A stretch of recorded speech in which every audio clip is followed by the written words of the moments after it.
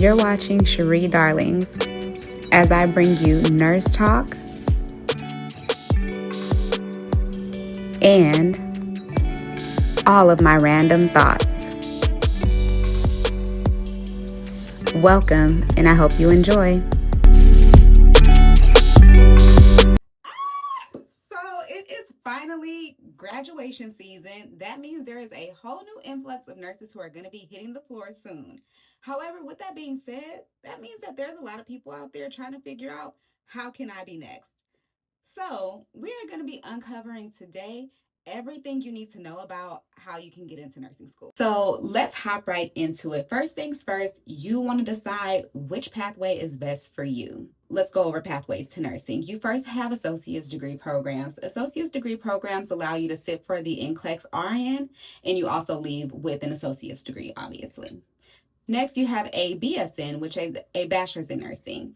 Same thing, you're able to sit for the NCLEX RN, and then you also leave with your bachelor's degree.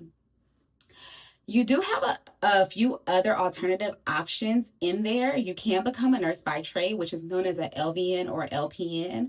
I'm in California, so for the sake of this video, I'm going to be saying LVN. Please understand that when I do say LVN, I'm speaking about LPNs as well. So once you are done with the coursework to sit for your LVN boards, you typically don't leave with a degree. At some schools, you do have that option. You can take a degree program and leave with an associate's degree and your LVN license. However, most of the time, that's not the case. Most LVNs, they go through the coursework necessary to be able to sit for their NCLEX exam. And then you can become a nurse by trade.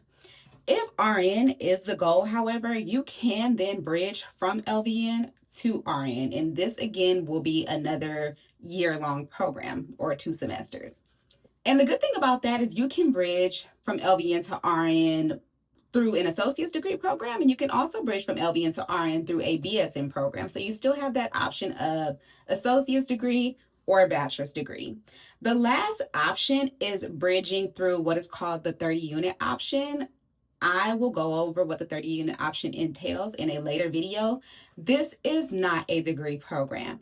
The 30-unit option allows you to be able to sit for the NCLEX RN in your state. So if you obtain licensure through this route, you will not be able to practice in other areas. So most people tend to steer away from it. However, for some people, if it works for you, it works for you.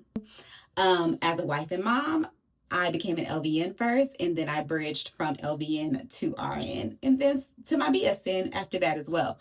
So it is totally up to you. All of these are great ways to enter the profession. So now you've decided which pathway is best for you. Let's go on to the next part. Separate your degree requirements from your actual program requirements. And those are 2 separate things. Some of them kind of correlate to each other. Your program requirements are prerequisites that you need to actually apply to the program. Okay, so this is like your science courses, your microbiology, chemistry, if you're at an institution that requires chemistry, anatomy, physiology, maybe they might require other things, communications, psychology, sociology, etc. Those are known as your program requirements. You actually need to take those classes before you are able to apply to the program. Next is your degree requirements. These are classes that you can take while you are in your program because it's required for you to obtain your degree, but it's not required for you to enter the program. Okay? Personally, because nursing school is so stressful, I would recommend completing all requirements prior to entering the program so you can really just focus on your nursing program alone.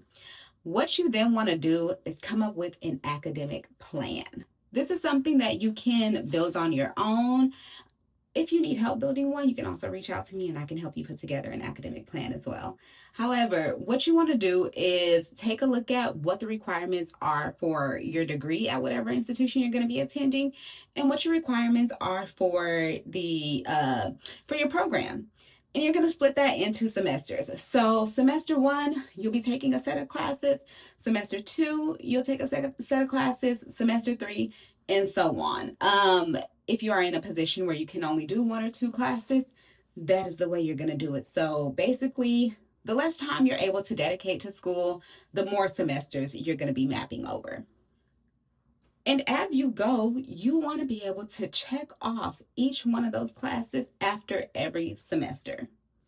Now, you will need to do either an annual or semester review every single year because sometimes you might not be able to get into the class that you probably put on your list, and now you need to rearrange some things. And that is okay. Do not let this discourage you. If you are deciding to go the associate's degree route, but you want to bridge to your BSN later or obtain your BSN later, then you, of course, want to write out what classes are you going to need to obtain in order for you to transfer to said university. And those will also go on your academic plan as well. Another thing you want to do if you are looking at multiple programs, you want to cross reference your programs across whatever institutions you are planning on applying for. And the reason I say this is because there are some institutions or colleges that might require one thing that another doesn't. However, if you think you might want to apply to that school, you should still complete that course. This is something that I did do while I was getting my prerequisites to enter the nursing program, basically because I wanted to broaden my options. So if there is other classes that you might need to take to apply to another program, go ahead and do so if you have the time to do that. If you are ready, however, to apply to your school of choice, apply to that school. Now, you can typically apply to your nursing program after you finish your program requirements. You don't have to wait to apply after your degree requirements. However, it is my recommendation that you do so if you feel like you're ready to go into the nursing program and you don't mind picking up an extra class or two. You know how strong you are, you know how smart you are, you know if you're able to do that. So analyze yourself and ask yourself, hey, am I ready to take on nursing courses in conjunction with another class or two outside of this? And that is everything you need to know about getting ready to apply to nursing school. Thank you for watching and good luck on your future endeavors.